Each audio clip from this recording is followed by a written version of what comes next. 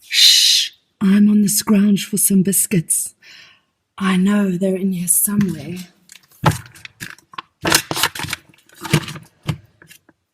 Oh, yes. I'm trying to eat them without anyone knowing. I do like biscuits, and I've been waiting all night to take a nice whole ginger nut and dunk it in my tea. I've got my tea ready, and so I've got my tea, I've got my biscuits, and you know what, guys? I nearly forgot about assembly. So now I'm going to have to multitask. I'm going to have to do assembly while I'm drinking my tea and eating my biscuits. So I suppose I should say, good morning, boys. Welcome to this morning's assembly.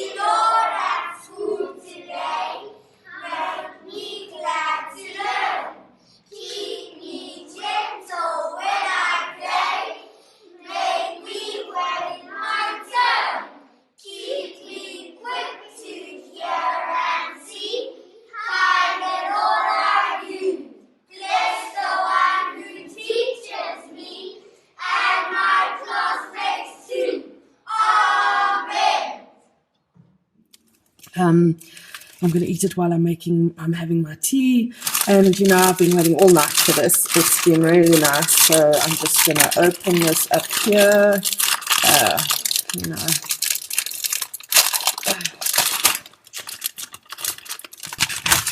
Oh, no. Check this out. They're all broken. Can't dunk a whole nice round ginger nut in my tea if they're all broken. No, what am I going to do? Well, let me see what else is in here. It's so frustrating. I hate it when that happens. Okay, so I've got ginger nuts, broken ginger nuts. What can I do with them? I've got some condensed milk. I've got some caster sugar. I'm getting an idea, guys. I've got some lemons.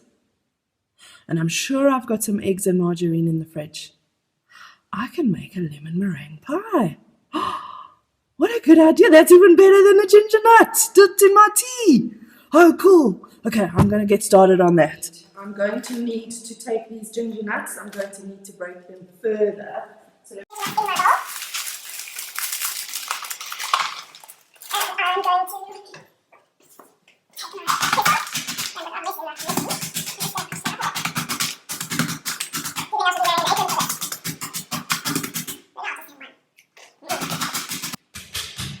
life is a bit weird at the moment. It's a bit like this packet of biscuits. You look so forward to eating them, but when you open the packet, they're all broken. Life at the moment seems kind of broken. And we're all trying to work out what we can do with this broken life. We're trying to work out how we can put it back together and what it's going to look like. We're all taking the best ingredients to make the best out of the situation, just like I'm trying to do with my broken biscuits.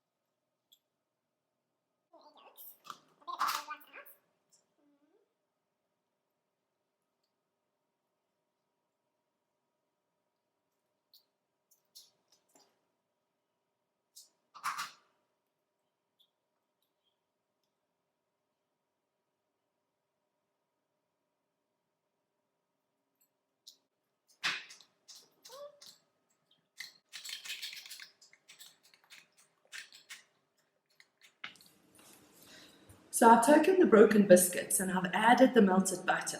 And this was really the easy bit. I mean, you saw how easy this was to do. I'm adding my lemon mixture onto my biscuits. Just like this.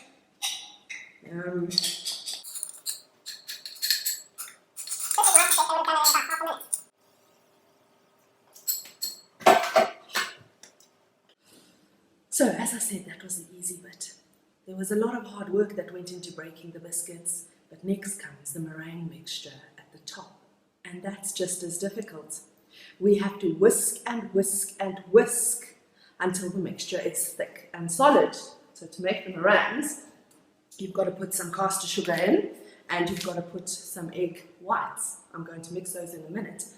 But mixing and mixing and mixing until something is thick and almost solid kind of reminds me of a story about a frog. So there were, well, 3 frogs. There were 3 frogs who were yet unwise about the ways of the world. And they went out one day exploring their environment. They came to a dairy. Now we know what happens in a dairy, eh? Lots of cows being milked, the milk being turned into butter or cream. Anyway, so they came across this dairy and they were as bold as brass and they entered to investigate. There was a bucket, and eager to know what was in the bucket, 2 of the frogs jumped right into the bucket. Splash! The third, being a little bit more timid, he only jumped onto the top rim of the bucket. And he looked down at his 2 friends struggling below who had jumped into the white substance. Neither he nor his friends knew that it was milk. After some failed attempts, he shouted down to them, "You'll never make it! Face the facts and prepare to die!" But since self-preservation is in our nature as humans and also animals, the frogs didn't give up. They kept on swimming and swimming and swimming, hoping that soon they'd find a foothold and be able to jump out.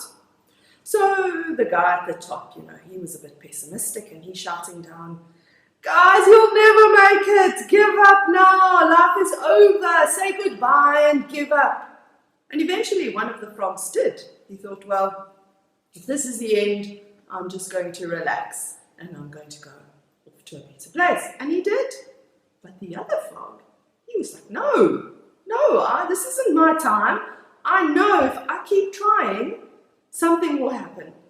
And he swam and he swam and he swam and he swam and he swam and he swam and he swam.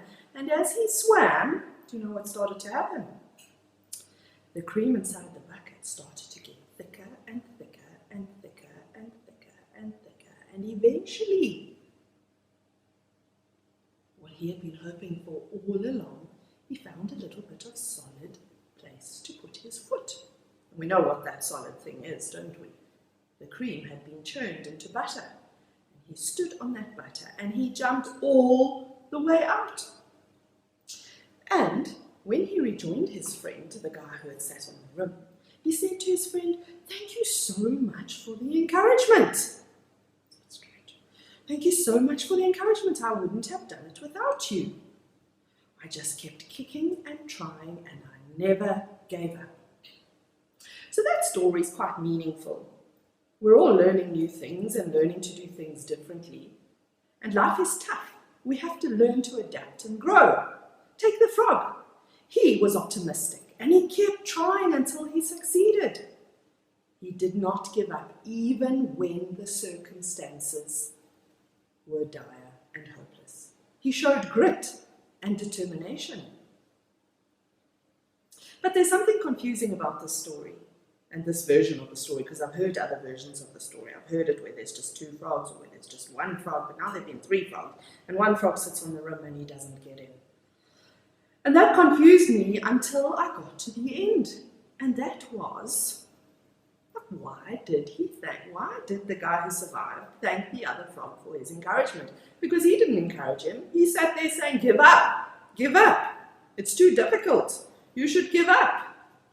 Instead, he thanked him for his encouragement. Well, it turns out that the frog inside the water was deaf. That means he couldn't hear. Yeah, he couldn't hear what the frog was saying, but he saw that he was there and he assumed he was supporting and encouraging him. And this is important to me for two reasons. One, our belief in ourselves is far more important than what other people think of us. That frog inside the bucket, he thought highly of himself. He knew that if he just kept trying, he would succeed. So he assumed that the guy outside also thought the same of him. And so it was his self-belief that made him think that guy was encouraging him. And number two, the other thing is that it doesn't matter too much what we say to other people to try and encourage them. The fact that we're there is often more important than the things that we say. Being there is good enough.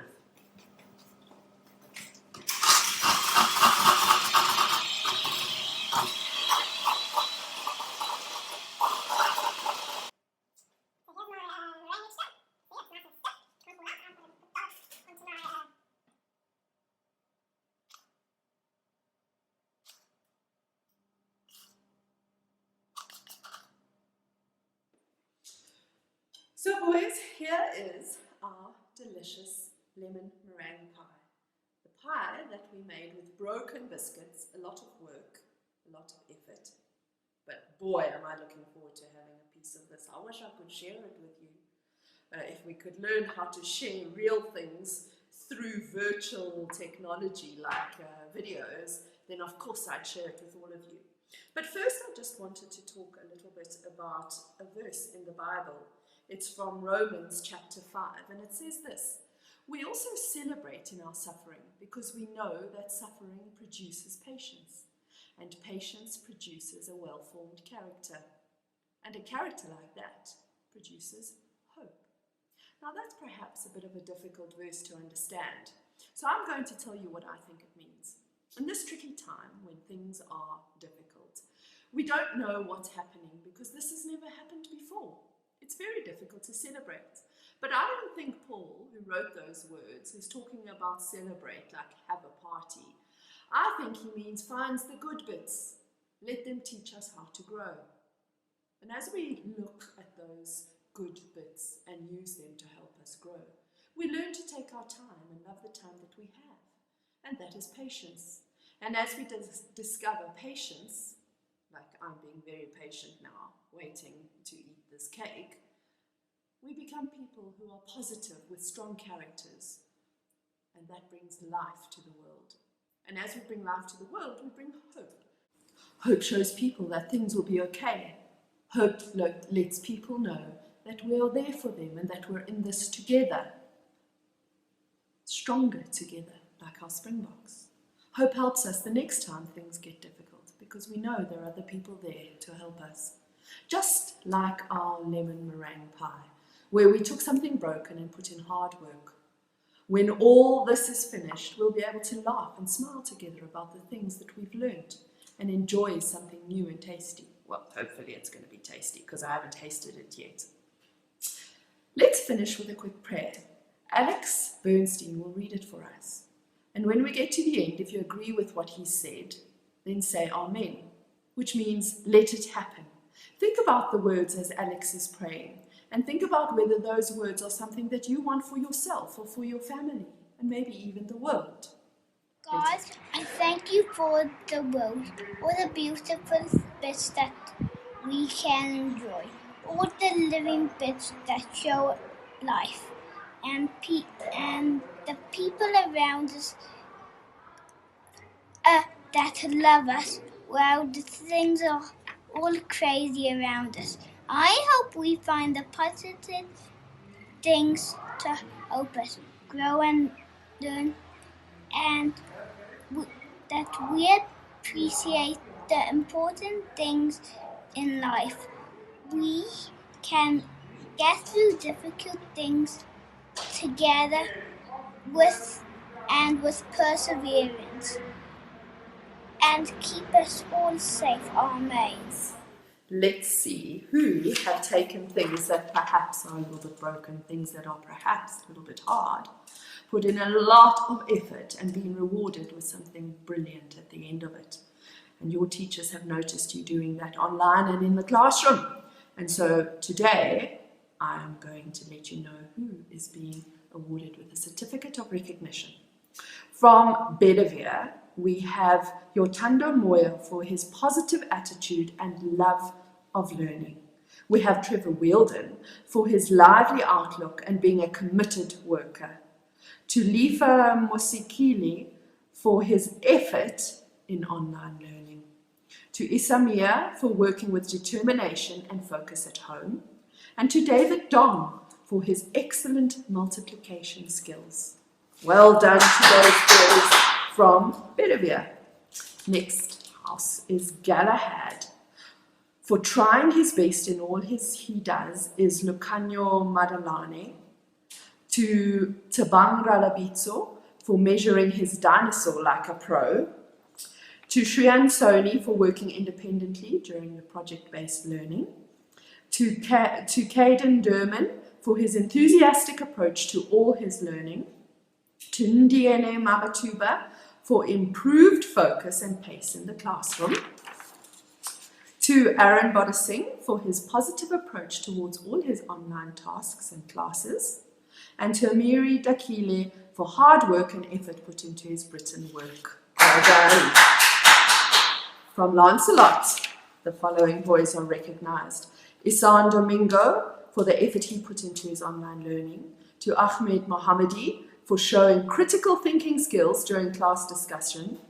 To Alex Bernstein, diligence with letter formation and placement in handwriting. Great work. And to Rayan Vardia for growing in confidence and independence in all his schoolwork and activities. Well done, those boys.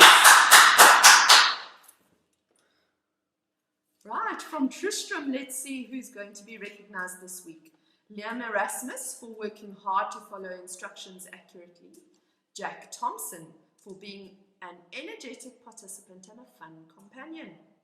To Mangen Tontela for being caring and well-mannered and a true Pridwin knight.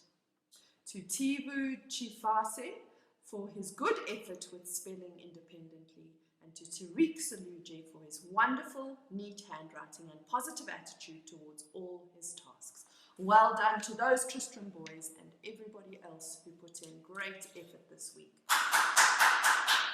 So this is our last assembly before the holidays, and it's my time when I can wish you all well for the break. I know we all need it, teachers and boys. You've all worked so hard. So I hope you stay safe and I hope you have a good time. And don't forget there's one more week left, and so carry on putting in all the effort that you've done before. And to close, grade 2S will sing God Bless Africa.